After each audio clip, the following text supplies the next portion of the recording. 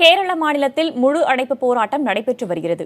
இதனால் நெல்லை மாவட்டத்தையொட்டிய கேரள எல்லையில் நிலவும் தற்போதைய சூழல் குறித்து நமது செய்தியாளர் நாகராஜனிடம் கேட்கலாம். நாகராஜன், கேரளாவில் தற்போது முழு அடைப்பு போராட்டம் எந்த அளவுக்கு நடைபெற்று வருவது, இந்த முழு அடைப்பு போராட்டத்திற்கு என்ன காரணம், அதோடைய பின்னணி குறித்து விரிவாக சொல்லுங்க.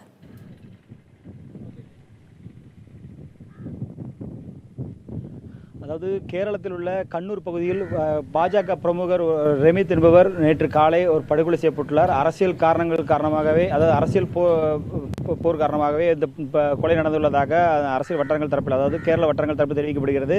இதன் காரணமாக தொடர்ந்து நேற்று பாரதிய ஜனதா கட்சி சார்பில் மிகப்பெரிய கண்டன குரல்கள் எழுந்தன.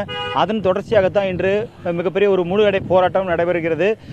இது மட்டும் இல்லாது இதன் பின்னணி என்று பார்க்கும் பொழுது இந்த கேரள மாநிலத்தில் கண்ணூர் பகுதியில் மட்டும், அதாவது ஒட்டுமொத்தமாக கேரளா என்றாலே அரசியலை பொறுத்த வரைக்கும் சிபிஎம்மும் காங்கிரஸும் தான் தொடர்ச்சியாக போட்டி போட்டுக் கொண்டிருக்கும் இரண்டு பெரிய கட்சிகளாக, பிரதான கட்சிகளாக அந்த கட்சிகள் தான் இருந்து வந்தன.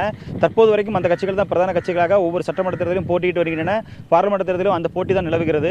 இந்த நிலையில் 5 ஆண்டுக்கு ஒரு முறை அந்த ஆட்சி மாற்றம் கூட இந்த இரண்டு கட்சிகளுக்கு இடையே தான் நடைபெறும். ஆனால் கடந்த சில வருடங்களாக பாரதிய ஜனதா கட்சியின் வளர்ச்சி என்பது அங்கு திருவனந்தபுரம் மாநகராட்சியில் கூட அது பிரதிபலித்தது. அது தொடர்ந்து சட்டமன்ற தேர்தலிலும் ஒரு சில இடங்களில் அது வெற்றி பெற்றது. இந்த நிலையில் பாரதிய ஜனதா கட்சிக்கும், அதாவது அதில் உள்ள ஆர்எஸ்எஸ் தொண்டர்களுக்கும், கண்ணூர் பகுதியில் அதாவது ஆர்எஸ்எஸ் தொண்டர்களுக்கும் அங்குள்ள சிபிஎம் தொண்டர்களுக்கும் இடையே தொடர்ச்சியாக அரசியல் ரீதியான ஒரு பிரச்சனை என்பது, அதாவது தொடர்ச்சியாக ஒரு பனிப்போர் என்பது இருந்து வந்தது. அவ்வப்போது நடக்கக்கூடிய இந்த அரசியல் சண்டைகள் என்பதை மட்டுமே சுமார் 200க்கும் மேற்பட்டதாக அங்கு பதிவு செய்யப்பட்டுள்ளதாக காவல்துறை தரப்பில் சொல்லப்படுகிறது.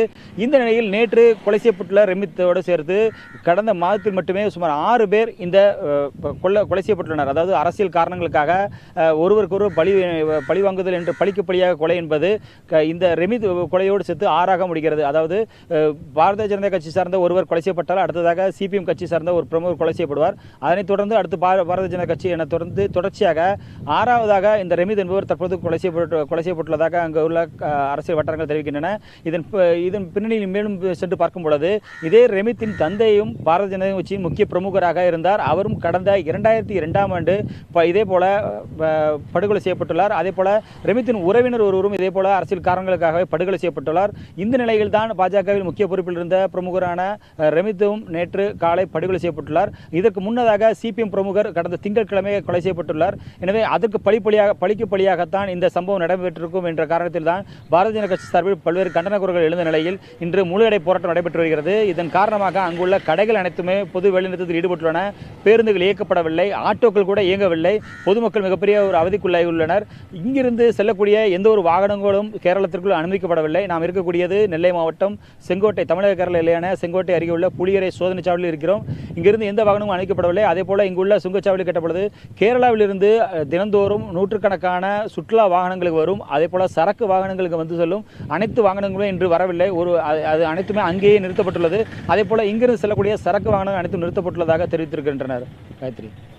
நாகராஜன், அங்க இயல்பு வாழ்க்கை பாதிக்கப்பட்டு இருக்கிறது, ஒரு கடை கூட திறக்கப்படவில்லை அப்படிங்கிற தகவல்லாம் வெளியாகி இருக்கிறது. பொதுமக்கள் எந்த அளவிற்கு இந்த முழு அடைப்பின் காரணமாக பாதிக்கப்பட்டு இருக்கிறார்கள்? தற்போது தமிழக கேரள எல்லை பகுதியில் தற்போதைக்கு என்ன மாதிரியான சூழல் நிலவுகிறது?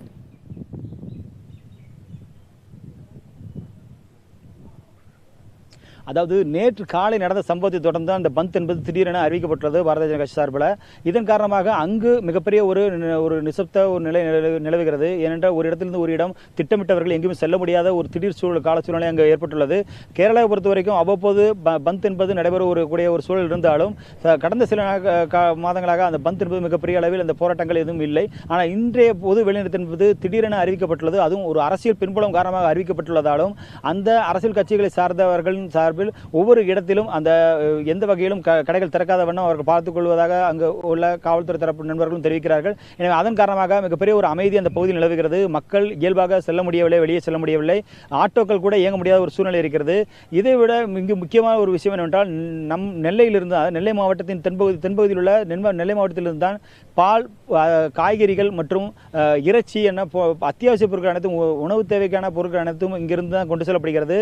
அது மிகப்பெரிய அளவில் இங்கிருந்து இங்கிருந்து கொண்டு செல்லக்கூடிய மிகப்பெரிய ஒரு ஏற்றுமதி பொருளாக பார்க்க முடிகிறது.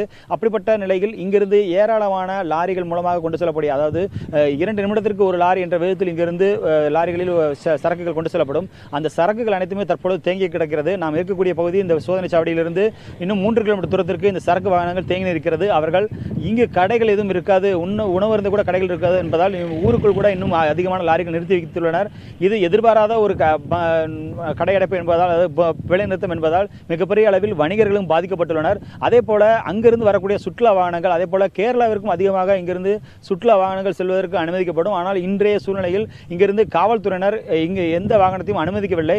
குறிப்பிட்ட வாகனங்கள், அதாவது இங்கிருந்து விமான நிலையத்திற்கு செல்லக்கூடியது, ஏனென்றால் இந்த தென்பகுதியிலிருந்து ஒன்று தூத்துக்குடி அல்லது மதுரை செல்ல வேண்டும். அதே போல இந்த பகுதியிலிருந்து எடுத்துக்கொண்டால் செங்கோட்டை நெல்லை மாவட்டத்தில் அதிகமாக மக்கள் திருவனந்தபுரத்திற்கு, வெளிநாடுகளுக்கு செல்வதற்கு, வெளி மாநிலங்களுக்கு செல்வதற்கும் வெளிநாடுகளுக்கு செல்வதற்கும் இங்கு இருக்கக்கூடிய திருவனந்தபுரம் விமான நிலையத்தை பயன்படுத்துவார்கள். அந்த திருவனந்தபுரம் விமான நிலையத்திற்கு செல்வதற்கு கூட தடை இருக்கிறது என்று அந்த பகுதியில் உள்ள மக்கள் சொல்கிறார்கள். ஆனால் இங்கிருந்து காவல்துறையினர் குறிப்பிட்ட நபர்கள், குறிப்பிட்ட வாகனங்களை அதற்கான சோதனைகளுக்கு உட்படுத்தி அவர்களை மட்டும் அனுப்புகிறார்கள். இருப்பினும் அங்கு அந்த வாகனங்கள் கூட தடை ஏற்படுத்துவதாக அங்குள்ள நமது அரசியல் வட்டாரங்கள் தரப்பிலும் காவல்துறை நண்பர்கள் தரப்பிலும் தெரிவிக்கப்படுகிறது.